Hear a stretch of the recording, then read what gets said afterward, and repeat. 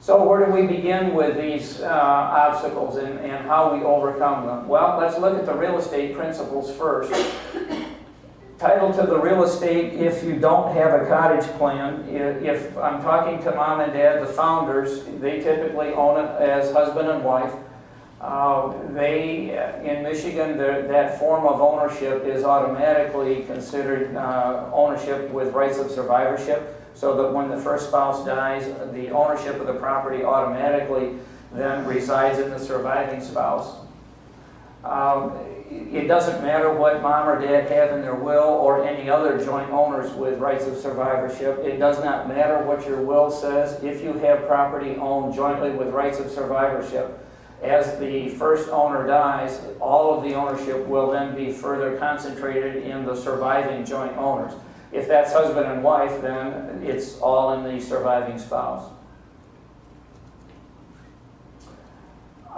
If you look at the heirs then, and mom and dad just leave property to their kids in equal shares, which is a fairly common way of leaving assets to the next generation, that means that most children and sometimes their cousins hold title to the property as tenants in common.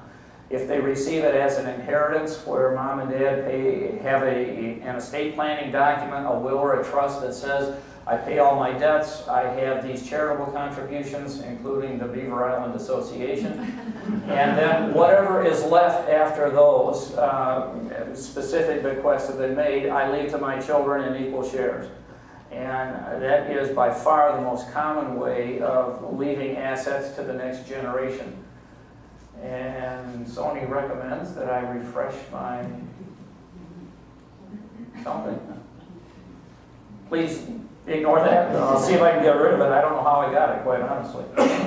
But if you receive property as an inheritance, most commonly to the kids in equal shares, it means your children are tenants in common.